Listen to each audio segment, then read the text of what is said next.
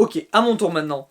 C'est bon là, je peux y aller? Ok, c'est parti, Constant, démarre la machine et faites que cette fois-ci ça marche. C'est pas du tout le musée ça. Alors, la bonne nouvelle c'est que c'est pas Death Stranding, hein, c'est même pas un univers de jeux vidéo à vrai dire. La mauvaise c'est que je sais exactement où on est.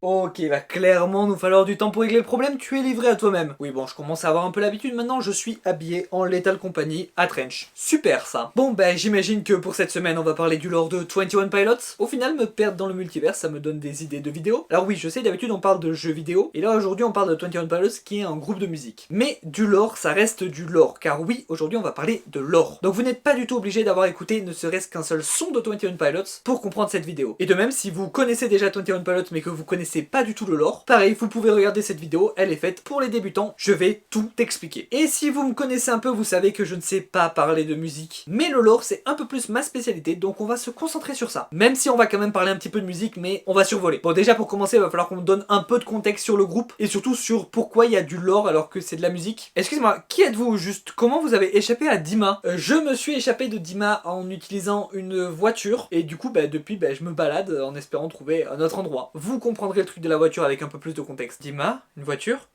Clancy, c'est toi? Notre sauveur est là? Ouais! Et là non plus vous avez pas le contexte, mais je suis vraiment dans la merde.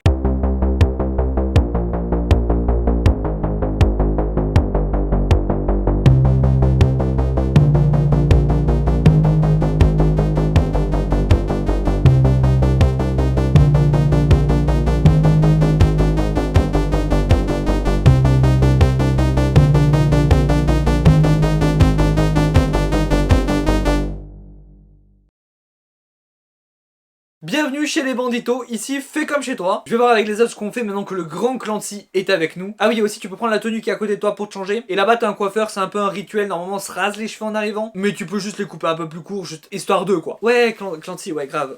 Par contre c'est vrai que cette tenue ira mieux avec le décor que celle-là. Et ben y a pas à dire, ça fait plaisir de se changer enfin. Bon commençons un peu la vidéo avec du contexte. Parce que là si vous connaissez pas 21 Pilots, vous comprenez rien. Alors 21 Pilots est avant tout un groupe de musique. Leur style c'est selon Wikipédia du hip-hop, rock alternatif, rap rock, électropop, indie pop, pop rock, dub et rap pop. Voilà, comme chaque fois on comprend rien aux genres musicaux. Globalement 21 Pilots font énormément de genres différents. Écoutez juste pour voir. Le groupe est seulement composé de 2 personnes, Josh Dun à la batterie et Tyler Joseph au chant, à la basse, au ukulélé, à la guitare, au clavier, à l'écriture, à tout le reste globalement à part la batterie. Et enfin 21 Pilots c'est 7 albums. Alors en fait c'est là que c'est un peu compliqué parce que le premier album il y avait que Tyler Joseph, il y avait pas Josh Dun. Premier album qui s'appelle tout simplement 21 Pilots. Cet album est disponible sur les plateformes de streaming. Contrairement au deuxième album. Premier donc avec le groupe actuel, donc Tyler Joseph et Josh Dun. Mais comme le précédent, cet album n'était pas chez leur label actuel. En fait je crois même qu'il n'y avait pas de label du tout. Du coup au moment où ils ont signé avec leur label actuel, leur label leur a proposé de ressortir leurs 2 premiers albums. Donc 21 Pilots et Regional at Best. Sauf que Tyler Joseph et Josh Dun depuis ils avaient travaillé, ils avaient fait des nouvelles musiques. Parce qu'en fait Regional at Best ils l'avaient fait juste pour pouvoir aller faire des tournées pour avoir du contenu, et donc là ils ont vraiment planché sur un album, donc ils se sont dit qu'ils allaient juste prendre des morceaux de Regional at Best plus les nouveaux sons qu'ils ont fait pour faire Vessel, le 3e album. Et donc Regional at Best n'est jamais sorti sur les plateformes. Les musiques sont écoutables sur YouTube mais pas sur les plateformes de streaming, à part certaines chansons du coup qui sont ressorties dans Vessel, et je crois même dans les albums d'après il y en a 2-3. Mais bref, ce qui nous amène du coup à Vessel, qui est le premier album du coup chez ce label et qui a dedans la meilleure musique de 21 Pilots. Je veux bien sûr parler de Radio, mais ça on n'en parlera pas vraiment aujourd'hui. Non, parce que nous ce qui nous intéresse c'est à partir de maintenant, et le 4e album Blurry Face, parce que c'est à partir de ce moment là que le lore de 21 Pilots commence. Alors oui, on va revenir plus en détail sur ce truc du lore juste après. D'abord on va finir avec l'énumération des albums. Donc après Blurry Face il y a eu Trench qui continue le lore, ensuite il y a eu Scaled and Icy, pareil ça continue le lore, et enfin cette année il y a eu Clancy qui finit le lore. Enfin fini, on y reviendra à la fin de la vidéo, c'est un peu plus compliqué, mais globalement c'est tout pour pour les albums à l'heure actuelle. Ça c'était pour le contexte du groupe. Maintenant, vous avez peut-être une question, comment ça du lore dans de la musique? Alors en réalité ça arrive beaucoup plus souvent que vous le croyez peut-être. Les morceaux de musique racontent souvent des histoires individuelles et parfois les albums racontent une histoire au global. Le plus connu je pense en France actuellement c'est Laylo qui fait ça très très bien, mais c'est quelque chose qui se fait depuis des années et des années dans tous les styles musicaux et donc 21 Pilots,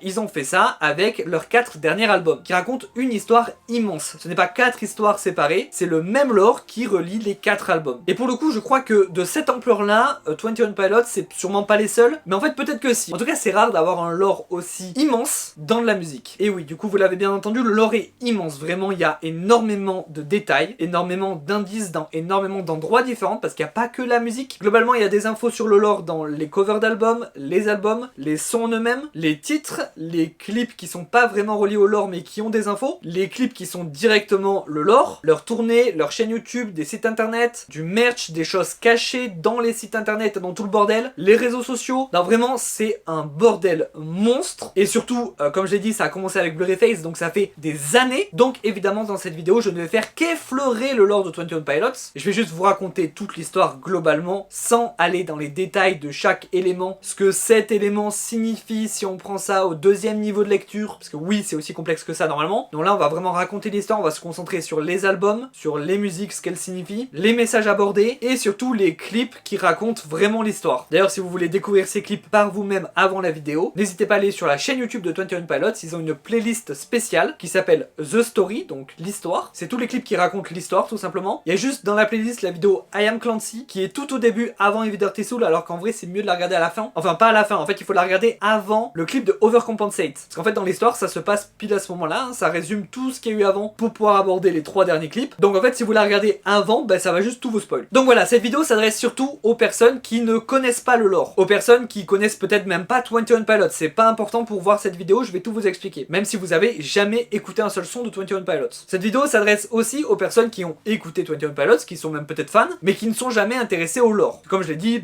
c'est assez complexe en apparence, et puis tout est en anglais globalement. Ah oui, et dernier disclaimer, en fait, le lore de 21 Pilots est très lié au message que Tyler et Josh veulent faire passer dans leur musique. Et si vous avez déjà écouté les paroles des musiques de 21 Pilots, vous savez que on va parler de sujets pas rigolos, des sujets graves, sérieux et bien dits. Donc si vous n'êtes pas très à l'aise quand ça parle de dépression, de santé mentale et d'autres trucs que je vais éviter de dire parce que YouTube aime pas ça, mais vous comprenez, vous êtes prévenus, dans cette vidéo, on va parler de ce genre de sujet. Voilà, c'était un disclaimer important parce que ce sont des sujets très importants pour 21 Pilots. Donc voilà, je crois que j'ai tout dit, on va pouvoir commencer. Je vais vous raconter le lore de 21 Pilots en détail mais pas trop. Donc je vais aborder les albums un par un en commençant par Blurryface, donc le tout premier du lore. Bienvenue à Trench.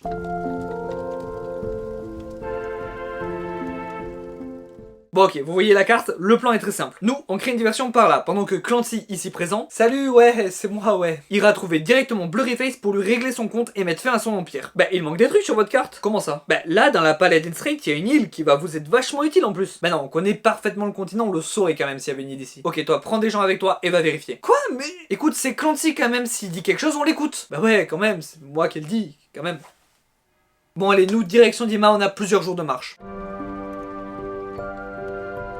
Ok, je profite qu'on fasse une pause pour continuer la vidéo. Alors, Blurryface, c'est le tout premier album du lore, comme je vous ai dit, et c'est sûrement celui sur lequel on va le plus s'attarder parce que c'est super important de comprendre les bases de l'univers. Et en plus, ça tombe même parce que normalement, elles sont pas du tout expliquées dans Blurryface, puisqu'en fait, vu que c'est le premier, le lore était pas encore tout à fait établi. Alors sûrement que dans la tête de Tyler et Josh, c'était beaucoup plus clair, mais à ce moment-là, ils ont décidé de pas trop nous expliquer. Du coup, je vais m'appuyer sur beaucoup d'éléments qu'on a appris hors de l'album, donc notamment sur le site, les réseaux sociaux et même un peu dans Trench, le deuxième album, juste pour que ça soit beaucoup plus clair et beaucoup plus simple. Alors déjà je vais commencer direct par vous expliquer. Habituez-vous très vite au fait qu'il y ait au moins 3 niveaux de lecture. Je m'explique. Chaque ligne de texte d'un son de 21 Pilots a au moins 3 niveaux de lecture. Le premier c'est Tyler, le chanteur, qui parle de la vraie vie, de la dépression, de l'angoisse, notamment ses angoisses, son anxiété et toutes ces choses vraiment pas joyeuses. Le deuxième niveau de lecture c'est Trench. Trench, on va y revenir très vite, c'est le nom du continent où se passe le lore. Donc le deuxième niveau de lecture c'est tout simplement cet univers, ce lore, cette histoire qui nous est racontée dans les sons de 21 Pilots.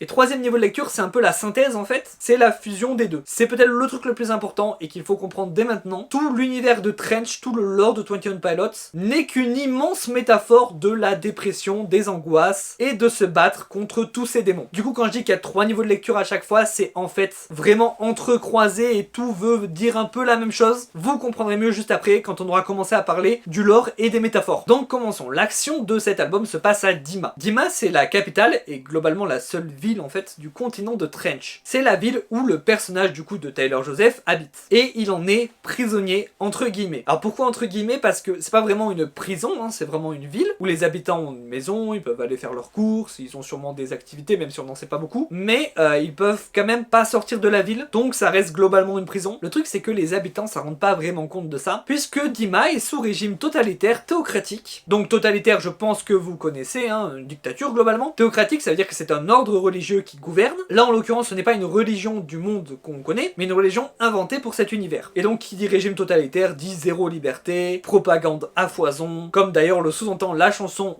We Don't Believe What's on TV, donc on ne croit pas à ce qu'il y a à la télé, qui est dans Blurryface. Donc voilà, vous l'aurez compris, Dima il fait pas bon vivre. Mais que serait un régime totalitaire sans chef? Ils se font appeler les bishops et c'est tout simplement les chefs de la religion du vialisme. Ils sont au nombre de 9. Oui, c'est bien eux les 9 ronds qu'il y a sur la cover de Blurryface. Chaque rond représente un bishop. Et d'ailleurs, à noter qu'il y a des dessins différents sur chaque rond. Si vous allez voir les clips de Blurryface, qui sont des clips textuels pour la plupart, et que vous prenez par exemple le clip qui a les mêmes motifs que le premier rond, et bien dans cette chanson, le nom du bishop que représente ce rond est mentionné. Il est caché dans les paroles. Alors je vais pas vous les montrer ici, mais vous pouvez aller trouver ça sur internet. Tout ça pour vous dire que chacun d'entre eux s'occupe de un quartier de Dima. Sauf que parmi ces 9 bishops, il y en a un plus important que les autres. Un qui se fait appeler Blurryface. Alors Blurryface dans cet album c'est assez compliqué. Parce que si on écoute les paroles, Tyler dit notamment dans Stressed Out et Goner que c'est lui Blurryface. En tout cas il le sous-entend. Et effectivement, surtout dans cet album, Blurryface c'est la partie sombre de Tyler. Sa dépression, ses angoisses, son stress, ses idées noires. Et donc ça c'est le premier niveau de lecture. Et comme on l'a dit, Blurryface dans le deuxième niveau de lecture, dans l'univers de Trench, c'est le chef de Dima, le chef des bishops. Et donc grâce au troisième niveau de lecture, voilà, vous commencez à comprendre, donc Blurryface et donc les bishops et donc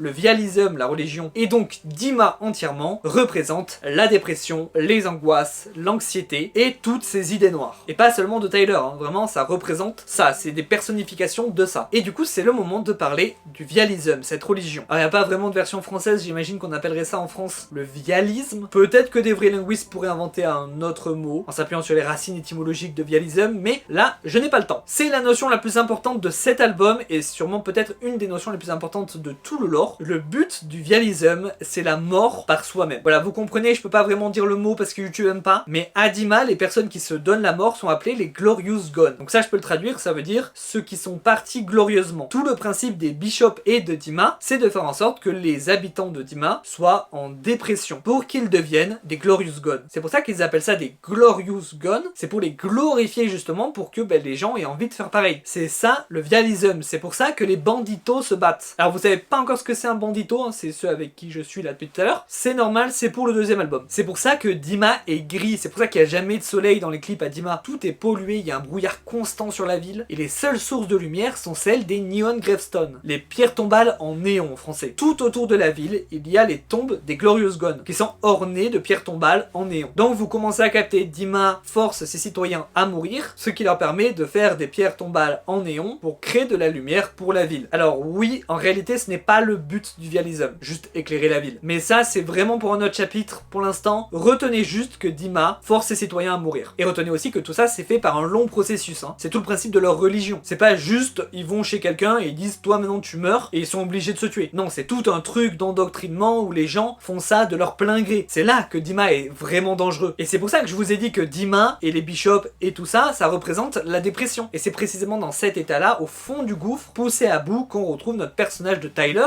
dans l'univers de Trench, qui vit à Dima, sauf que lui, il ne veut pas devenir un Glorious Gun. C'est dans le dernier son de l'album, Goner, le meilleur son de l'album, soit dit en passant, que le personnage de Tyler explique son ressenti. Il explique qu'il est à bout, il supplie qu'on le sauve, qu'on lui vienne en aide, il dit littéralement I'm a goner, symbolisant le fait que les bishops vont finir par l'avoir. Mais il dit aussi I've got two faces, Blurry's the one I'm not, I need your help to take him out. Donc en français, j'ai deux visages, Blurry est celui que je ne suis pas, j'ai besoin de votre aide pour le faire sortir. Je traduis à ma façon, excusez-moi. Et aussi il dit Don't let me be gone, ne me laissez pas partir du coup. Pour moi ça symbolise vraiment le fait qu'il est à bout et qu'il appelle à l'aide. Ça tombe bien parce que cette aide va finir par arriver, mais pas toute seule. D'abord il va falloir qu'il ait énormément de courage pour tenter de s'échapper de Dima. Et ça du coup on le voit dans le seul clip de l'album qui est vraiment dans le lore, Heavy Dirty Soul. Dans le clip on voit Tyler se faire enlever dans une voiture hors de Dima. Bon en fait il est pas enlevé, il a réussi à piéger Nico, donc un des bishops, pour le faire sortir de Dima. Et du coup pendant cette sortie de Dima, il a réussi à créer une diversion en cramant la voiture tout simplement, ce qu'on voit dans le clip, et il a réussi à s'enfuir. Je vous avoue que ce clip est assez cryptique en vrai, là je vous ai résumé tout ce que ça raconte, mais tout ça on n'a pas vraiment les infos dans le clip, hein. C'est parce que on les a eu bien après. Les autres clips vraiment reliés au lore sont beaucoup plus évidents sur ce qui se passe. En tout cas ça y est, le personnage de Tyler est enfin libre, il part alors explorer le continent de Trench, et on peut passer au deuxième album.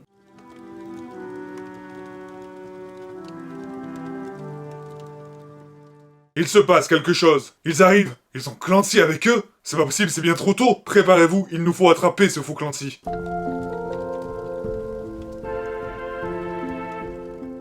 Bon on est devant Dima, juste là où je t'ai trouvé en fait. On sera prêt pour l'attaque dans quelques minutes. Ok, le temps pour moi de continuer cette vidéo. Avec du coup Trench, leur deuxième album dans le lore. Et surtout celui qui plonge la tête en première dans le lore. Si avec le premier on effleurait un peu le concept et tout ça, là on est en plein dedans. Déjà rien que le titre, Trench, comme je l'ai déjà dit, c'est le nom du continent. Et pour la cover on a un vautour qui a les yeux jaunes. Alors retenez bien ça, c'est super important pour la suite, mais pour l'instant pas tellement. Mais surtout les couleurs. L'album Blurryface était noir, rouge et blanc. Trench lui est noir et jaune, en tout cas avec les couleurs dominantes. Et c'est pas pour rien, noir, rouge et blanc c'est les couleurs des bishops, et donc de Dima. Alors que noir et jaune c'est les couleurs des banditos. Et oui, on y arrive enfin, c'est leur album. Les banditos nous étaient en réalité déjà teasés dans le premier album, avec la phrase The few, the proud and the emotional, qui est une phrase qui revient beaucoup en elle-même dans les différents albums, mais encore plus les lettres F, P, E, qui sont les initiales, reviennent encore plus mais avec d'autres significations dans tous les albums encore une fois. Mais la plus courante reste The few, the proud and the emotional. Et ça, généralement, ça représente les banditos. Les banditos vivent dans Trench, dans le continent, pas dans une ville spécifique. Et c'est tout simplement ceux qui ont réussi à échapper à Dima, au Vialism et au Bishop. Et donc, vu que Dima représente la dépression, c'est ceux qui ont réussi à sortir de la dépression. Mais les banditos ne s'arrêtent pas là, ils veulent aussi aider les autres, ceux qui sont toujours à Dima. Et tout ça, c'est vachement bien montré dans le meilleur son de l'album selon moi. Et pareil, encore un des meilleurs sons de 21 Pilots, Neon Gravestone. Pour moi, c'est le son des banditos, c'est leur message, et même encore plus c'est le message de 21 Pilots avec tout ce lore. En fait déjà rien que par le nom ça se voit que c'est directement en opposition au Vialism et au Bishop, parce qu'on rappelle les Neon Gravestone c'est les tombes des Glorious Gun, et là où les Bishops glorifiaient les Glorious Gun, dans cette chanson Tyler explique qu'il ne faut pas glorifier les Glorious Gun, et ça c'est notamment très bien décrit dans la phrase I'll mourn for a kid but won't cry for a king. En français ça donnerait je serai en deuil pour un enfant mais ne pleurerai pas pour un roi. Et il est là tout le message de Neon Gravestone. Tyler explique bien qu'il faut pleurer et être endeuillé pour la personne que c'était, mais pas le roi. Et donc dans cette métaphore, le roi c'est la version glorifiée. Parce que selon lui, glorifier ce genre de choses, c'est l'encourager. Alors que ce qu'il essaye de faire passer comme message avec ses chansons, c'est justement le fait que ce sont des tragédies à ne surtout pas glorifier. Clairement, ma description de ce son n'arrivera jamais à la cheville des mots employés dans la chanson. Vraiment, allez l'écouter, posez-vous sur les paroles, c'est une œuvre d'art, c'est magnifique. Ce qui nous amène donc au clip de Trench. Ils sont au nombre de 3. En fait, à partir de maintenant, tous les albums ont une trilogie de clips dans le lore. Et donc on commence tranquillement avec Jumpsuit. Le clip commence directement avec la voiture brûlée de Heavy Dirty Soul. Et puis on apprend que Tyler a beaucoup marché puisqu'il est plus du tout dans le même genre de décor. Il se balade dans Trench seul, ne sait sûrement pas où aller vu que il ne connaît que Dima et que de toute façon à Trench il n'y a que Dima, presque, mais on va y revenir. Sauf que il se balade sous les yeux de dizaines de banditos qu'il ne connaît pas encore à ce moment-là. Il est alors rattrapé par Nico, le Bishop que Tyler a piégé pour s'échapper, qui revient donc réparer son erreur en venant le récupérer. Et dès que Nico arrive arrive à sa portée, Tyler ne résiste pas. Il ferme les yeux et se laisse faire et se laisse emmener. Il ne regarde pas Nico directement dans les yeux. Pour moi, ça veut clairement dire que rester chez les banditos hors de Dima, ça demande beaucoup plus d'efforts que d'abandonner et de se laisser livrer au Bishop. Mais les banditos assistent à cette scène et comme je l'ai dit, eux, ils veulent aider les citoyens de Dima à s'échapper. Donc ils commencent à jeter des fleurs jaunes. Super important les fleurs jaunes, on va pas trop s'attarder dessus dans cette vidéo, mais globalement c'est le symbole des banditos. Et du coup là, toutes ces feuilles jaunes, ça fait que Tyler a le courage de s'échapper. Donc il tente de fuir, il s'en va, il court. Nico, énervé, le poursuit, mais Tyler est quand même rattrapé par Nico. Il retourne donc à Dima sous les yeux d'un bandito un peu spécial, puisque c'est Josh Dunn, le batteur du groupe. On arrive donc au deuxième clip, qui est le clip de Nico and the Niners. Donc là, directement, le titre, vous l'avez compris, hein, Nico et les Niners, donc les 9, qui sont les Bishops. Le clip commence à Dima directement, et Tyler est dans sa chambre, et il danse, il attend quelque chose, on dirait. Il a son sac, mais juste, il fait rien, il danse. Ah oui, et il a une fleur des banditos du clip précédent. Parce qu'à la fin du clip précédent, en fait, quand il se faisait ramener par Nico, il avait la fleur. Donc clairement, ça symbolise le fait qu'il a toujours la flamme de la rébellion, la flamme des banditos en lui. Et alors, à vrai dire, dans ce clip, il y a énormément d'infos, donc on va essayer de faire court, mais bon, il y a beaucoup. Et à vrai dire, la chanson en elle-même est remplie de lore. Donc, à ce moment-là, dans le clip, on voit les Niners, donc les Bishops. Ils sont dans une sorte de lieu avec des fidèles sûrement du Vialism, et ils font une sorte de rituel. Pendant ce temps-là, Tyler se prépare à partir et des banditos traversent un tunnel. Le rituel devient de plus en plus chelou et visiblement, ils sont en train de créer une neon gravestone. En tout cas, le néon qui va ensuite aller sur une pierre tombale. Donc peut-être que c'est le rituel parce que quelqu'un vient de mourir ou parce que quelqu'un va mourir. Et les banditos sortent de leur tunnel et arrivent en fait en plein cœur de Dima. D'ailleurs, ils sont guidés par Josh Dunn, toujours le batteur du groupe. Tyler descend enfin de sa chambre et arrive devant les banditos et donc Josh Dunn. Et là, ils se tapent un check d'une demi-heure. En vrai, j'abuse, mais il est super long leur check. Et puis ils enchaînent avec un petit concert en plein Dima, voilà, au calme. C'est pas comme si les banditos étaient l'ennemi principal de Dima. Et le concert, c'est pas juste pour le clip parce que bah, c'est un clip de musique. Non, non, c'est vraiment dans le lore. C'est d'ailleurs super important pour comprendre le prochain album. Donc c'est pas un petit détail, parce que du coup, ils chantent Nico and the Niners, qui est un chant révolutionnaire contre les Bishops, clairement. Ce qui, dans le clip, interrompt carrément le rituel des Bishops. Et ça, c'est Nico. Vous voyez ce voile blanc qu'il y a devant son visage? Tous les Bishops ont ça. Et c'est pour ça qu'on appelle leur chef Blurry Face. Parce que Blurry, c'est flou et que du coup, leur visage est flou. Mais vous savez quoi? J'ai omis un petit détail dans le premier album, dans Blurry Face. Je vous avais dit que les 9 Bishops avaient leur nom dit à un moment dans une chanson, mais caché. En fait, je vous ai menti tous, sauf un. Le nom Nico n'est jamais prononcé dans Blurry Face. Ni Nicolas Bourbaki, qui est son nom complet. Parce qu'en fait, Nico a un autre nom. Et ce nom, c'est Blurry Face. Tyler le dit dans Nico and the Niners. C'est la même personne. Nico est en fait le chef des Bishops. Et donc, le grand méchant de notre histoire. Voilà, révélation, tout le monde est choqué. Et d'ailleurs, le fait que Nico soit Blurry Face, ça va être un truc un peu secret, je pense, dans le lore. Ce qui amplifie le fait que Nico and the Niners, la chanson, est révolutionnaire. Parce que dedans, il leak le nom de Blurry Face, carrément, à la population de Dima. Mais surtout, ça veut dire que Tyler sait des choses que, bah, il est pas censé savoir, quoi. Sinon, les banditos, eux, sont partis en laissant leur instrument et leur tenue, qui sont trouvés par 2 enfants, qui, en fouillant dans les vêtements des banditos, ont dû avoir la peur de leur vie quand ils ont regardé qui arrivait et que c'était les 9 Bishops. À mon avis, ils ont pas fait les malins. Et donc, les banditos repartent par le même tunnel de par où ils sont arrivés, avec Tyler cette fois, et ils lui mettent des scotch jaunes sur lui. D'ailleurs, si vous vous demandez comment Tyler a contacté les banditos pour venir l'aider, tout ça c'était sûrement expliqué dans un ARG sur le site Dima.org, ou avec des lettres de banditos. Enfin, c'est un bordel monstre et j'ai dit qu'on se concentrait pas là-dessus pour aujourd'hui. Donc retenez de ces clips 3 choses principales. Premièrement, Nico et Blurry Face, c'est la même personne et c'est le grand méchant de l'histoire. Deuxièmement, Tyler s'est encore enfui de Dima, cette fois-ci accompagné des banditos. Et troisièmement, Tyler et Josh ont joué de la musique dans Dima, un chant révolutionnaire, et ont laissé leur instrument et leur tenue là-bas, ce qui fait que d'autres personnes commencent à parler un petit peu de 21 Pilots. Alors ils parlent pas de 21 Pilots parce que ça n'existe pas dans le lore, mais ils parlent du fait qu'il y a quelqu'un qui se serait échappé, ils parlent des banditos, ils se disent que peut-être il y a autre chose que les Bishops. Voilà, ça commence un peu à éveiller les soupçons des gens à Dima, mais léger encore. Hein. Et enfin, on a le clip de Levitate. Donc Tyler arrive dans un camp de banditos, il se rase les cheveux, bon ça arrive très souvent dans le clip de 21 Pilots, mais voilà, surtout il découvre les banditos, ils font la fête, je pense qu'il commence à apprendre un petit peu comment vivre comme un bandito. Tout se passe bien jusqu'au moment où Tyler se refait choper par Nico. Oui, encore, ça fait beaucoup là, non? En fait, si vous avez pas compris, c'est un cycle. Tyler s'échappe, il se refait capturer. Tyler s'échappe, il se refait capturer. Ce qui est encore une fois une métaphore du fait qu'on part pas de la dépression si facilement, qu'on peut retomber dedans, mais qu'il faut continuer à se battre pour s'en sortir définitivement, et que c'est pas simple. Sauf que cette fois, les choses ont changé à Dima, un peu, depuis le fameux incident de Nico and the Niners et du concert. Mais ça, c'est pour le prochain album. Ok, tout le monde est prêt, on va pouvoir lancer l'attaque. Eh ben, c'est parti alors. Bandito,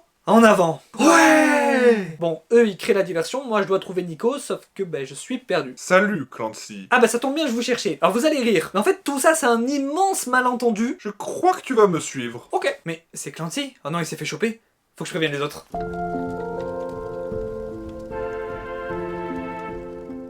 Je sais que tu n'es pas Clancy, je sais même que tu ne viens pas de notre monde. Je vois que quelque chose arrive pour toi. Quelque chose arrive pour toi et ton équipe. Enfin bref, ce ne sont pas mes affaires, tu n'es pas Clancy. Comment ça, moi et mon équipe? Par contre oui, je suis pas Clancy, du coup je peux y aller? Mais les gens pensent que tu l'es. Et je suis bien placé pour savoir qu'une idée est plus puissante que la vérité. Ok, j'aime pas trop où ça va, et donc? Donc tu vas travailler pour moi. Il est temps de faire comprendre aux citoyens de Dima que le vialisme est la seule voie pour eux. Change-toi et prépare-toi pour ton premier concert. Ok, je pense que là c'est vraiment parti en steak. Attendez, non pas la veste. Non, parce que il y avait ça dans la poche, j'aimerais juste garder ça. Voilà, la veste maintenant vous pouvez la virer. Mais ça c'est un peu vital pour moi, donc je vais peut-être le garder. Ok, maintenant je suis seul, on va peut-être continuer la vidéo. Surtout que l'époque Scaled and Icy, c'est vraiment l'époque où je suis arrivé dans 21 Pilots. C'est-à-dire qu'avant je connaissais évidemment les plus connus de Blurryface et de Trench, je connaissais même déjà K-Radio, mais j'écoutais pas vraiment 21 Pilots et j'étais pas du tout encore dans le lore. Et avec la sortie de Scaled and Icy, là j'ai vraiment commencé à écouter, même si j'écoutais toujours pas pour le lore parce que je savais toujours pas qu'il y avait un lore. Du coup, l'ère Scaled and Icy, c'est 4 gros événements. La sortie de Level of Concern, qui est un single sorti pendant le confinement, qui n'est pas dans un album mais qui tease plus ou moins Scaled and Icy. La sortie de Christmas Saves the Year, qui pareil était pendant le confinement, enfin c'était un peu après, bref, c'était le Noël de l'année confinement. Et là aussi ça tease Scaled and Icy, mais il n'avait toujours pas été annoncé. Ensuite il y a la sortie de Scaled and Icy, du coup l'album. Et enfin le live stream, qui est le concert de Scaled and Icy qu'ils avaient fait en ligne, puisque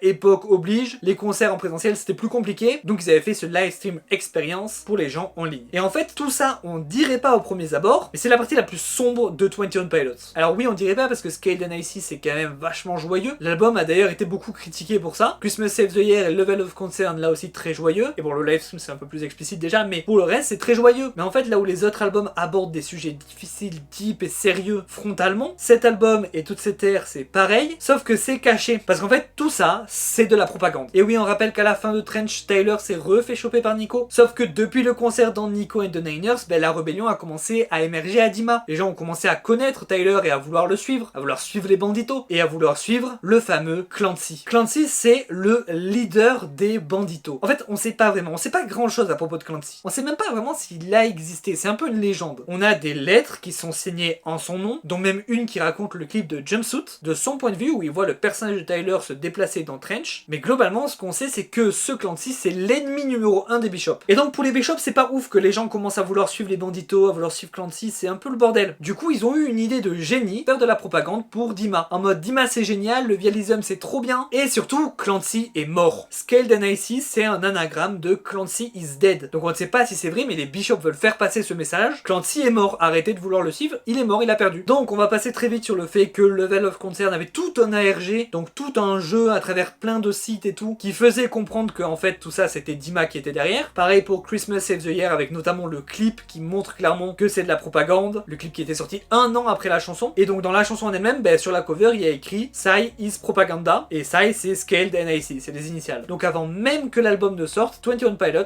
nous disait déjà que c'était de la propagande. D'ailleurs soit dit en passant c'est génial parce que du coup ça explique pourquoi l'album est si différent. L'album c'est Tyler qui essaye de faire passer des messages contre Dima dans un album produit par Dima où Dima essaye de faire passer des messages pro Dima pour la population. Ce qui fait que niveau écriture c'est une masterclass cet album. Et enfin avant de parler de l'album, le live stream en lui-même c'était fou. C'était un concert en ligne comme j'ai dit, sauf que c'était pas vraiment un concert style les concerts live où tu vas les voir en concert pendant les tournées. Non là c'était sous forme d'une émission télé qui s'appelle Good Day Dima, donc une émission télé qui est dans le lore où le personnage de Tyler venait présenter son album en faisant des reprises de tous ses sons. Pas tous hein, mais comme un concert. Et donc il y a énormément d'indices qui laissent sous-entendre que c'est de la propagande, il y a énormément de références à tous les albums, à Dima. Il y a un moment il y a une alarme qui se déclenche parce que soi-disant quelqu'un s'est échappé de Dima et donc tout le monde est paniqué dans le studio, et surtout les deux présentateurs se décomposent de plus en plus comme des cadavres. Ils ont les yeux jaunes, et une bonne raison à ça c'est qu'en fait ces deux présentateurs sont deux Bishops. Enfin pas tout à fait, mais il y a un truc que je dois vous expliquer avant, donc on y revient très vite. Qu'est-ce que vous savez du Soul Transfer Rituel? Le rituel de transfert des âmes. C'est un élément super important du lore qui ne nous est présenté que maintenant, alors que c'est pour ça que le vialisme existe. Oui, je vous avais dit que le vialisme existait pour qu'il puisse avoir de la lumière en fait à Dima, puisque les Neon Gravestone c'était la seule source de lumière. Et je vous avais bien dit que c'était pas la vraie raison. La vraie raison, on l'apprend maintenant. En fait, les bishops, et seulement eux, peuvent faire ce qu'on appelle du coup le rituel de transfert des âmes. En se servant de 2 bois de cerf, alors en fait c'est pas vraiment des cerfs, mais ça on le verra un peu plus tard, ils peuvent contrôler un mort. Alors n'importe quel mort, pas forcément un humain, mais le plus souvent c'est des humains. Ce mort qui sera contrôlé aura les yeux jaunes, d'où les 2 présentateurs. En fait ce sont des cadavres contrôlés par 2 bishops. Et donc oui, les covers d'albums aussi, que ce soit le vautour de Trench ou le dragon de Scaled and Icy, tous les 2 des yeux jaunes, ils sont tous les 2 morts et contrôlés. Et c'est pour ça que les bishops ont créé le vialisme. En fait, ils se servent de leur population pour avoir des corps à disposition, pour s'en servir de vaisseaux, pour en fait être immortels. Quand un corps pourrit trop, ben ils en changent pour un autre. Et en fait, vaisseau en anglais, ça se dit vessel, exactement comme le nom de leur 3e album, qui n'est donc pas dans le lore, mais pourtant il y a des choses qui sont dans le lore, on dirait, comme le nom par exemple. Parce que oui, je vous ai dit que Blurryface c'était le premier album dans le lore, et donc que les 3 d'avant ne l'étaient pas. Mais en fait, c'est un peu plus compliqué que ça, parce que si l'idée de faire un lore avec les albums est bienvenue avec Blurryface, le fait est que Tyler parle des mêmes sujets dont il parlait déjà dans les 3 premiers albums. Du coup, ben il y a des choses qui reviennent, comme les gunners, le symbole de la voiture, de la torche et de la mort, et donc les vaisseaux avec vaisselle. Oui, ces 3 premiers albums ne sont pas dans le lore, mais il y a quand même des choses qui peuvent s'apparenter au lore de 21 Pilots. Mais bref, revenons à Scaled and Icy pour voir les clips, parce que là aussi il y a eu une trilogie du coup. Tout d'abord, il y a le clip de Shy Away, mais la version live stream. Donc vous vous rappelez, c'est le concert qu'il y avait en ligne qui se passe dans l'univers de Dima. Bon bah en fait voilà, c'est ça, le clip est pas hyper intéressant pour le lore, parce qu'en fait c'est juste pour montrer qu'il y a eu le live stream, et que donc à ce moment là Tyler fait de la propagande pour Dima. Donc on en a déjà beaucoup parlé, passons au 2e clip, celui de Saturday. Là c'est tout de suite beaucoup plus intéressant, parce que Tyler fait toujours de la propagande pour Dima, mais là il fait un concert dans un sous-marin. Un sous-marin qui est dans un port qui est le seul port connu de Trench, et qui n'est donc pas à Dima. En fait ce port c'est un endroit assez éloigné de Dima, qui donne sur la Paladin Strait, qui est la mer qui est autour de Trench, et les seuls citoyens de Dima qui ont le droit d'aller à ce port, ce sont les Glorious Gone. Alors bien évidemment avant qu'ils soient morts, mais donc ce sont les plus fervents adorateurs du Vialisum. Ce sont ceux qui sont au bout de leur cycle et qui sont prêts à faire l'ultime sacrifice, et du coup les bishops leur autorisent une dernière soirée où ils font la fête avant de devenir des Glorious Gone. Donc oui, le clip et la chanson ça a l'air d'être tout joyeux, mais en fait c'est terrible ce qui se passe actuellement. Et Tyler lui est obligé de chanter pour eux, il continue sa propagande, et il ne peut rien faire pour les aider. Sauf que il y a quelque chose dans l'eau. Un dragon. Oui, c'est celui de la cover. Alors comme tous les éléments importants du lore, on pourrait faire une vidéo d'1 heure sur que signifie ce dragon, d'où viennent ses inspirations et qu'est-ce que ça veut dire par rapport à cet élément dans le lore, mais on va pas le faire aujourd'hui, peut-être un autre jour. Ce qu'il faut retenir, c'est que ce dragon a les yeux jaunes. Il est donc mort et contrôlé par quelqu'un, qui, on ne sait pas encore, mais cette personne casse le sous-marin, permettant à Tyler et à tout le monde de s'enfuir. Enfin tout le monde, on sait pas, les autres sont sûrement retournés à Dima, mais en tout cas Tyler lui s'est enfui. Ce qui nous amène au clip de The Outside, qui commence directement par nous dire qui contrôlait le dragon. Et c'est en fait un bishop, du nom de Keons. Oui, Nico s'est fait trahir par un de ses bishops. De toute façon, je vous avais bien dit qu'il y avait que les bishops qui pouvaient contrôler les morts. Le truc c'est qu'il s'est fait griller et qu'il se fait assassiner façon Jules César par tous les autres bishops. Et du coup le dragon remeurt. On retrouve alors Tyler qui arrive sur une plage, mais il n'est pas sur Trench. Il arrive sur une petite île à côté. L'île que j'ai montrée aux banditos de tout à l'heure qui ne la connaissaient pas. Elle s'appelle l'île de Voltsoy. Et il est accueilli par Josh, encore une fois, qui porte une torche. Josh est en fait appelé le torche-bearer, donc le porteur de torche. Et c'est important pour la suite, mais c'est surtout important en fait pour les lettres. Comme je vous ai dit, il y a plein de lettres qui ont été trouvées sur les sites et tout ça. Et parfois ces lettres sont signées TB pour torch-bearer, et donc c'est important de savoir que c'est Josh. Ce n'est pas un simple bandito, évidemment, de toute façon c'est le batteur du groupe. Mais en fait cette île est habitée par les Ned. Ce sont des petites créatures qu'on a déjà vues dans le clip de Chlorine, qui est dans l'album Trench. En fait il y en a plein sur cette île, c'est vraiment leur habitat naturel. Et dans ce clip Tyler les suit, il boit avec eux et tout ça. Et au bout d'un moment, un des Ned donne à Tyler ses bois. Et oui, ce sont bien les bois qu'il faut pour le rituel de transfert des âmes. Du coup, ils apprennent le rituel à Tyler, qui s'en sert pour contrôler Keons, donc le bishop qui s'est fait tuer, et il le fait danser devant les Niners. Enfin, du coup, maintenant qu'ils sont plus cuites, c'est plutôt les haters. Bon bref, Tyler et Josh ont maintenant une nouvelle mission, abattre Dima. Enfin oui, du coup, c'est la même mission que depuis le début, mais cette fois-ci, c'est bon. Tyler est libéré de Dima, ils vont pouvoir agir. Et d'ailleurs, les banditos qui sont toujours sur Trench comprennent que ça y est, il va falloir agir en voyant la torche du torche-bearer de l'autre côté de la Paladin Strait. Et en plus, les deux banditos qui voient la torche, ce sont les deux enfants du clip de Nico and the Niners qui avaient trouvé les instruments et les vêtements. Donc Nico avait raison d'avoir peur de l'influence de Tyler, parce que ça a réellement eu un impact sur les habitants de Dima. Certains se sont échappés et sont devenus banditos. Il est temps d'aller jouer devant le peuple de Dima. Et ben c'est parti. Bonjour tout le monde. Je vais vous chanter une chanson. Alors... Oh, regardez là-bas! Attrapez-le! Ben vous voyez, je vous avais dit qu'elle existait cette île. Et effectivement, on connaissait pas cette île, ni leurs habitants. J'ai envoyé une lettre au chef, il devrait plus trop tarder. Super, ben je vais l'attendre du coup. Voilà, voilà. Bon, je vais peut-être continuer en attendant.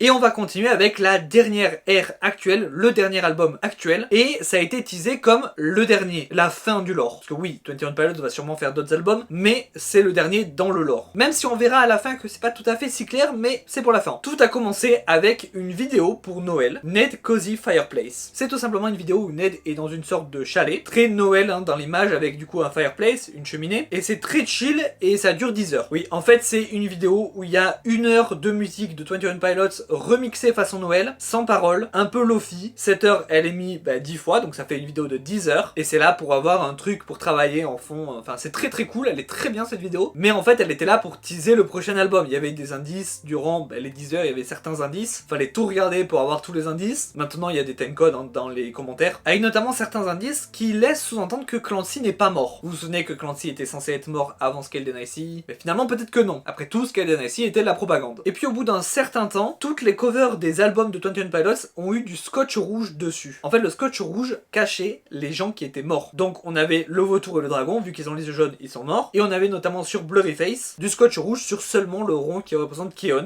qui est le bishop qui est mort. Et puis on a eu la vidéo I Am Clancy. Comme je vous ai expliqué, elle est dans la playlist The Story de 21 Pilots maintenant. C'est une vidéo où Tyler nous parle directement, nous lit une lettre de Clancy et il raconte tout le lore jusqu'à présent. Donc le fait qu'il s'est échappé de Dima avec la voiture en feu, qu'il a été rechopé, qu'il a découvert les banditos, qu'il a été rechopé, qu'il a fait de la propagande, et ça s'arrête là parce que c'est là qu'on en était à ce moment-là. Enfin, il s'est échappé, hein, encore une fois. Et justement, la vidéo I Am Clancy finit sur le fait qu'il s'est échappé, il s'habille en rouge et en noir, il rentre dans une salle qui ressemble à un gymnase, et il dit qu'il est Clancy. Et là, la vidéo s'est arrêtée. Et ça tombe bien parce qu'après, ils ont annoncé l'album qui s'appelle Clancy, et notamment, ils ont sorti le premier clip, et on va commencer par les clips pour une fois. Donc le premier clip, c'est Overcompensate, et il commence directement avec Tyler, qu'on peut maintenant appeler Clancy, avec sa tenue de la fin de I Am Clancy, en rouge et noir, qui est rentré dans ce gymnase où il va s'adresser au peuple de Dima. Et donc ces banditos, ou en tout cas futurs banditos à qui il s'adresse, ils vont maintenant s'habiller en rouge et noir. Les banditos de Dima sont en rouge et noir, et les banditos hors de Dima sont en jaune et vert. Et dans tout le clip, en fait, il va juste leur expliquer tout ce qui s'est passé. Tout ce que je vous ai expliqué depuis le début de la vidéo, le fait que Dima est contrôlé par les bishops, qui contrôlent le Vialism, que le Vialism n'est pas une bonne chose. Il va leur expliquer le soul transfer rituel, il va tout leur expliquer, et il va leur dire pourquoi il faut se battre contre Dima, et qu'il faut qu'ils rejoignent les banditos. Il va tout simplement les convaincre de se battre avec lui quand il arrivera. Parce que oui, depuis le début du clip, il n'était pas vraiment avec eux. On apprend à la fin que c'était un cadavre qu'il contrôlait depuis là où il était, c'est-à-dire les plages de Trench, parce que ça y est, il est de retour sur Trench. Toujours accompagné de Torchbearer. Et on enchaîne directement avec le clip de Navigating. Donc le clip commence par l'arrivée de Tyler sur Trench avec Torchbearer, il est accueilli par 3 banditos, et ensemble, ils se déplacent. Tout le clip, c'est juste eux qui marchent, qui vont vers un endroit, on sait pas où. Ils naviguent finalement à travers Trench. Tout ça pour arriver à la rencontre d'un autre bandito, Josh Dunn, donc Torchbearer, qui était avec lui depuis le début, et en fait il se retourne et il voit qu'il y avait personne avec lui, et puis on revoit ses souvenirs et on voit qu'en fait il était tout seul à marcher depuis le début. En fait c'est le pouvoir de Torchbearer. On sait pas trop comment ça marche, mais en fait il peut être à plusieurs endroits à la fois. Donc de ce qu'on sait, par exemple là il y avait le vrai, qui est celui habillé en bandito qui l'accueille à la fin. Il y avait une autre version de lui-même qui a accompagné Clancy durant tout le clip. Il y a théoriquement une autre version de lui qui était avec le faux Clancy en train de parler au bandito d'Andima. Et ça fait sens, vu que son nom c'est Torchbearer, c'est censé être celui qui montre la voie, ça a du sens qu'il ait le pouvoir de se multiplier pour montrer la voie aux autres personnes, comme il l'a fait avec Clancy dans tout ce clip. Et le clip se finit avec plein de torches qui s'allument dans la forêt, indiquant que les banditos sont là et qu'ils sont prêts. Et enfin, le clip de Paladin Straits. Dernier son de l'album, dernier son du lore théoriquement, la bataille finale. Bon, déjà le clip est magnifique, hein, niveau qualité, c'est vraiment un court métrage. Ensuite, pour le lore, du coup, on voit Clancy qui prend les bois des Ned et il s'habille comme dans le premier clip en rouge et noir. Puis il guide les banditos vers Dima. Sauf que sur le chemin, ils sont survolés par des vautours qui ont les yeux jaunes et qui sont en fait contrôlés par les bishops qui voient du coup l'attaque arriver. Et juste ça, je trouve ça fou, ça veut dire que c'est à partir de ce moment-là qu'on comprend vraiment la cover de Trench, le vautour avec les yeux jaunes. On comprend comment en fait ils arrivent à retrouver les gens qui s'échappent et qui deviennent des banditos à chaque fois. En fait, ils ont des espions qui volent en fait, ils ont des vautours. Enfin bref, on dévie un peu du sujet. Les banditos arrivent alors devant Dima, les bishops invoquent les morts des Neon Gravestone et la bataille bataille commence. Sauf qu'en fait ça c'est une diversion parce que Clancy lui ne va pas se battre, lui il rentre dans Dima par le tunnel, puis arrive dans la ville, puis escalade la tour des bishops, à main nue, au calme. Arrivé en haut, il tue les bishops, en tout cas il les met à terre en utilisant les bois des Ned, ce qui a comme effet de retuer les Glorious Guns, et donc les banditos qui restent ont gagné. Mais c'est alors que Nico apparaît, attrape Clancy par la gorge, lui parle des few, des proud and des emotional, lui dit bonjour Clancy, Clancy qui lui ferme les yeux toujours face à Nico, hein, il n'arrive pas à le regarder dans les yeux, sauf que là, si justement, il ouvre les yeux, et le clip se finit comme ça.